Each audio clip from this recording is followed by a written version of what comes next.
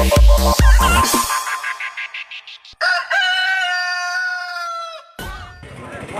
आहे सावडी, आपली सावडी दातूर आली ती वीटभट्ट्यावाली।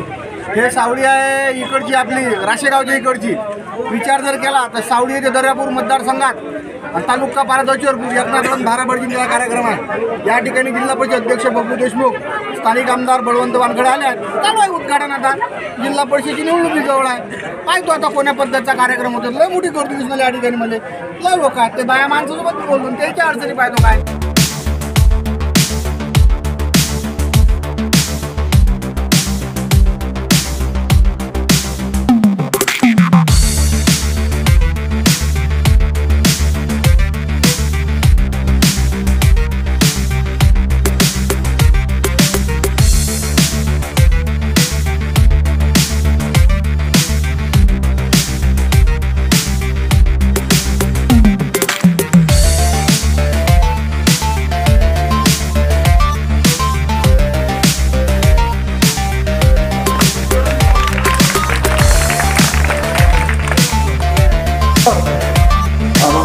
माननीय आमदार बळवंत वानखडे यांची सर्वोच्च होकाराने दाखल करतात। जिल्हा परिषदेचा सदस्य असेल, आता आमदार म्हणून असेल, एक दूरदृष्टीचा नेता म्हणून त्यांच्याकडे संपूर्ण जिल्हा पाहतो। त्यांनी दूरदृष्टी ठेवूनच मला या विभागाचं लोकप्रतिनिधी म्हणून लोकप्रतिनिधित्व म्हणून काम करण्याची संधी मिळाली। जिल्हा परिषदेमध्ये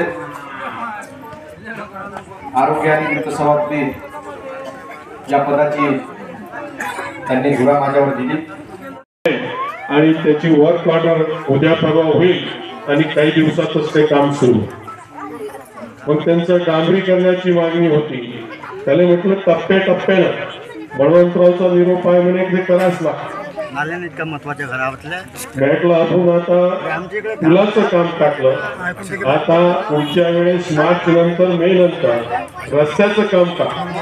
कारण ह्या सर्कलमध्ये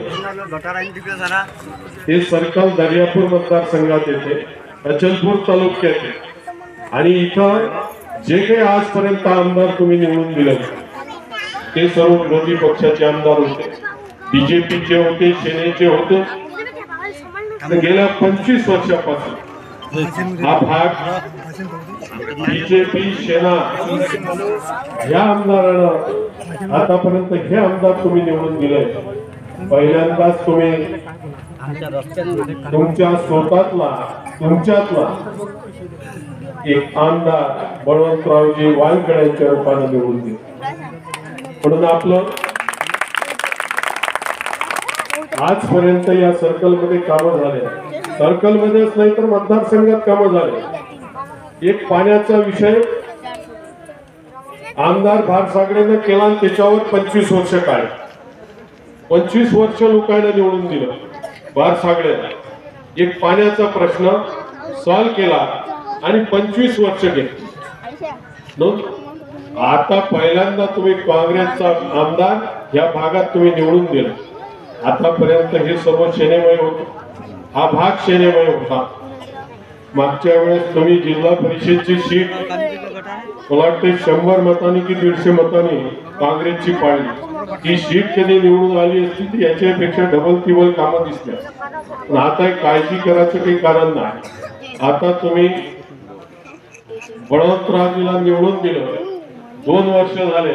या 2 वर्षात असतपूर सर्कल मध्ये मला वाटतं गाव बळवंतरावने सोडलं नसेल तर तिथं काम टाकलं। म्हणजे बळवंतरावच्या माध्यमातून कामं पडूनच राहिली। जिल्हा परिषदच्या माध्यमातून या सर्कल मध्ये पुष्कळसे कामं आपण टाकतो। पण ते मला वाटतं एकही गाव सुटलं नसेल। प्रत्येक गावात जिल्हा परिषदच्या माध्यमातून बळवंतरावच्या माध्यमातून काम आहे। येसूर नाल्या, सावळापूरला, असतपूरला, सावळीला आहे, आता येवत्याला टाकलं आपण। याच्या आधी मला वाटतं 2010 ला काम टाकलं। जी सत्ता तुम्ही दिली ही सत्ता कामं करायला, तुमचे कामं करण्यासाठी ती दिली आणि तुम्ही निश्चिंत राहा। बळवंतराव 5 वर्ष आहे। बळवंतरावच्या काळात तुम्हाला जे जे काही कामं लागेल टप्प्याटप्प्यानं बरं एकखट्टी होणार नाही, टप्प्याटप्प्यानं सर्व कामं पूर्ण होत. आजपर्यंत जे काही 25-30 वर्षात कामं झाले नाही ते हे 5 वर्षात तुम्ही कामं पहा आणि हे सर्कल पाहून राहा. आमच्या ताई नाराज झाल्या, काहीतरी तिकडे रस्त्याचं लई आवश्यकता आहे. आमच्या गावात साहेब एक मिनिट. हो, लई आवश्यकता आहे म्हणे. रस्ता किती आहे तो? 18 फूट नाही नाही, किती आहे? नाही ना, अर्धा म्हणजे फूट किती आहे? 150 फूट आहे ना? 150 फूट रस्ता आहे. जिल्ह्यातून खासदार म्हणून तुम्ही निवडून आला. खासदाराचा निधी, आमदाराचा निधी, जिल्हा परिषदचा निधी, कुठल्याच कामावर निधी कमी पडणार नाही. कारण ज्या खासदाराला आपण निवडून दिलं, आपल्याकडे निवडून आला, तो खासदार 2 वर्षे आपल्यासोबत राहिला, 2 महिने आपल्यासोबत राहिला, 2 महिन्यातच आपल्याला पाठ टाकून दुसऱ्या पक्षात.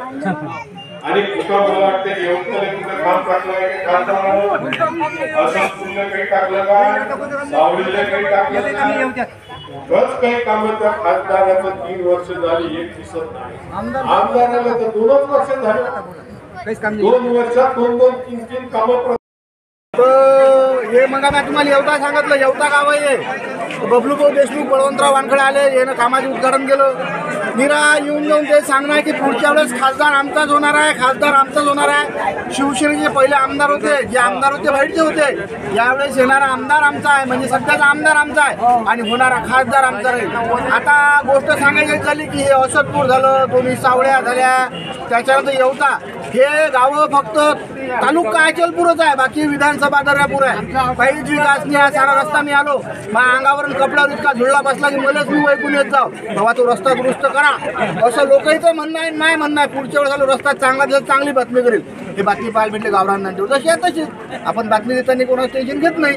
यूट्यूबवर जाऊन गावरान 90 सबस्क्राईब करा, लाईक करा, शेअर करा. मला मी प्रवीण ताडे, सोबत आकाश केरकर, गावरान 90 साठी येवता.